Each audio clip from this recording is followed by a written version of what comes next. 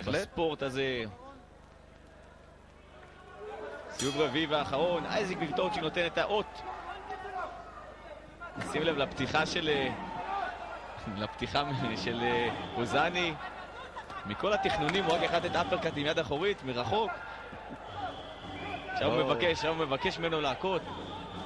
לא ספק, אוזני צובר את הביטחון. אני מעריך שבקרב הבא הוא יהיה בחור שונה לחלוטין. כן, טכניקה. מרחקים, זז. טכניקה לבחור הזה, והבחור הזה נשק קטלני רותם. טכניקה יש לו, הבעיה כאן היא הביצוע. רואים את זה, הבחור יודע לזוז, שים לב, עכשיו יש כניסות, יציאות. רק הביצוע חייב להיות הרבה יותר טוב בזמן אמת. ברגע שהוא ילמד ליישם את הטכניקה ולשלב אותה עם הכוח. לא להשמיט ידיים, להשתמש בכוח של הגוף. לשמור פנים, בדיוק. ברגע שהוא יודע את כל זה, הוא יהיה נשק קטלני ויהיה קשה מאוד לעמוד מולו. מצידו, תמוז דוזלובסקי, תשמע, הוא מקבל היום הרבה מכות והוא סופג את זה כל כך יפה. תראה, המכות האלה לראש, זה פשוט לא יאמן. בן אדם רגיל, מכה אחת, היה כבר מזמן מכבה את האור והולך לישון. פה, תמוז עומד על הרגליים, מקבל ומכניס משלו גם כן. כלומר, אוקיי, אני מקבל, אבל יש מה לתת לך. מכות קשות מאוד שתמוז חוטף. אורי, אנחנו רואים כאן באיגוד שונה. תראה, אוזני מתאמן ממש בצורה מקצוענית לאגרוף, מכסי אגרוף, נעלי אגרוף, ככה צריך לעלות לזירה.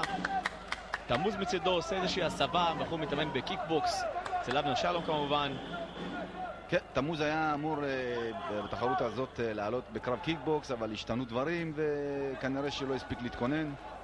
פעם הבאה הוא כבר יהיה מוכן, אין ספק. אבל מבחינת מוכנות נפשית וגופנית, הוא נותן את כל מה שיש לו ויש לו מה לתת. הבחור הזה לוחם, ללא ספק. שים לב לאוזני, עדיין מסתכל, מחפש את המכה. אוזני כבר יודע שהקרב הזה בידיו, אין ספק. תמוז כבר מתנדנד. אנחנו נכנסים לשניות האחרונות בקרב. יש כאן הערה של השופט, לא להכות עם החלק כף היד, בדיוק. אורי, קו חזק מאוד פותח כאן את הערב. לספור את המכות שנשלחו ולספור את המכות שנכנסו, כמעט אותו דבר אפילו בקרב הזה, זה פשוט בלתי אפשרי. מבחינת אנרגיה של שני החבר'ה האלו שהם הוציאו פה היום, אפשר בהחלט להפעיל תחנת כוח קטנה. מאות של מכות שנשלחות. ושוב אנחנו חוזרים ואומרים, לוחמים טובים ככל שיהיו צריכים לבוא ולהוכיח את עצמם בזירה. יש לנו חבר'ה נהדרים במועדונים שמתענים חזק מאוד, והטובים שבטובים עולים כאן לערבים.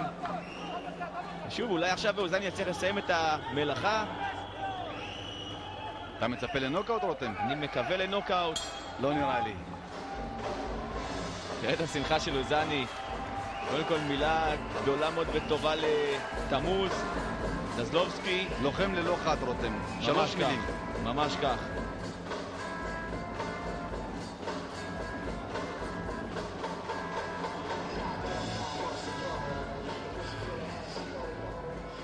לחיצות יד בין המתחרים למאמנים, חיבוק בין שני המתחרים.